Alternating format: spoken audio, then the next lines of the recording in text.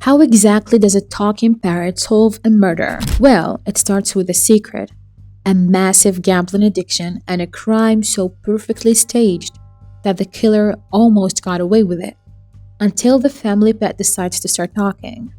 This is the crazy true story of Marty and Glenna Durham. Back in 2015, Glenna and Marty lived in a quiet town in Michigan. To the outside world, they looked like a normal couple. Marty was disabled. He had suffered a traumatic brain injury and partial paralysis from a severe car crash years prior. Glenna was his wife. She was also paid by the state to be his full-time professional caretaker. Because of this, their budget was pretty tight. But Glenna had a massive secret. She was completely, hopelessly addicted to gambling. Glenna particularly lived at local casinos, and she was dropping over $100 a day on scratch-offs and lottery tickets. By 2010, her habit was entirely out of control. In just 1 year alone, she gambled away about $75,000. To keep up with this addiction, she started secretly draining their life savings. She took money meant for their taxes, their car payments, and eventually their mortgage. And the worst part, Marty had absolutely no idea. He was incredibly careful with their money, always turning off the lights and keeping the heat low to save pennies, while his wife was secretly gambling away their home.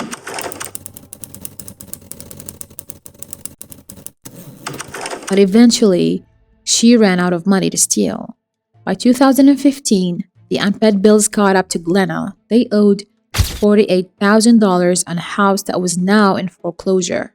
But Glenna didn't have that money, so she just ignored the bank's warnings. Because of this, the bank did just what they're legally required to do. They placed a public notice of a foreclosure in the local newspaper. And who happens to read the exact newspaper? Marty's mother, Lillian. Lillian sees her son's address in the paper, panics, and immediately goes to Marty's house to ask, what was going on? Marty is completely blindsided. He confronts Glenna, demanding to know where all their money went. Glenna plays it cool. She tells him it's just a massive bank mistake and promises she'll fix it. She knows it cannot be fixed. The walls are closing in, they're about to be homeless, and her ultimate betrayal is about to be exposed.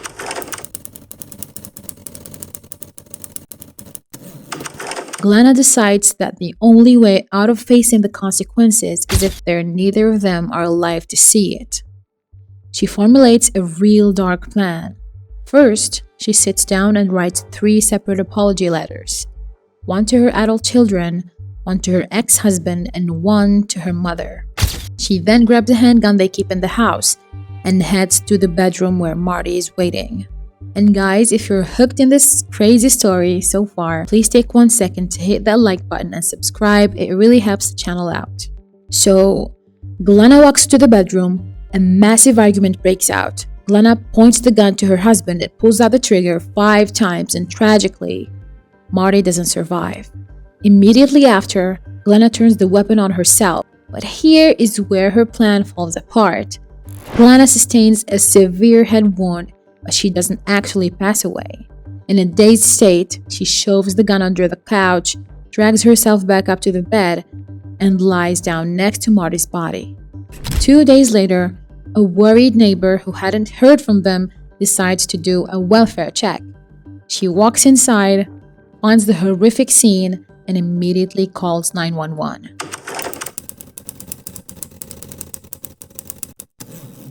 When the police arrive, they assume it's a tragic double homicide. That is, until Glenna suddenly jerks awake, opens her eyes, and terrifies the first responders. They rush her to the hospital where she miraculously recovers. When detectives finally interview her, Glenna claims she has severe amnesia. She says she doesn't remember the letters, the gun, or the argument. Without a confession, and with a muddy crime scene, months go by and police just don't have enough to arrest her. It looked like she was going to get away with a murder. But Glenna forgot about one crucial witness who was in the room that night, Marty's African gray parrot, Bud. After the tragedy, Bud was rehomed with Marty's ex-wife, Christina. Now, African gray parrots are incredibly intelligent and they mimic the things they hear with terrifying accuracy. A few weeks after the incident, Bud starts acting really strange. Christina realizes the bird is reenacting an argument between two people, physically changing his voice to match a man and a woman. Bud mimics Glenna shouting. Then, chillingly, Bud mimics Marty's exact voice, begging for his life. The bird repeatedly screams out, "Don't effing shoot."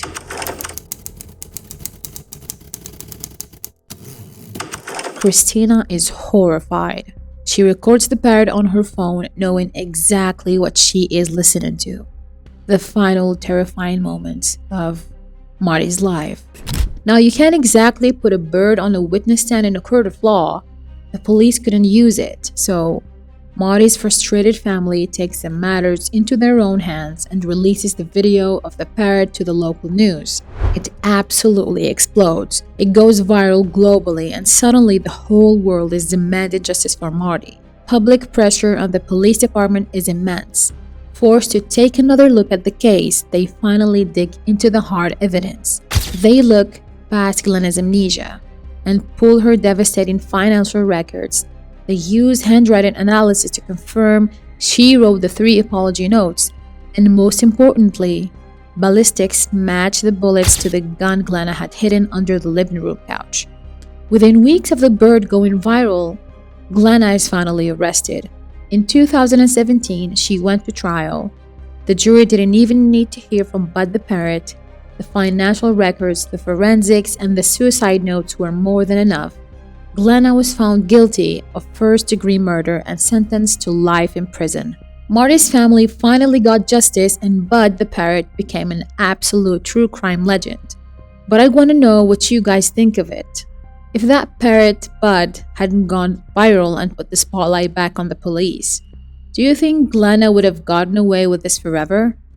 Let me know your thoughts down in the comments. Thank you guys so much for watching, and I'll see you in the next one.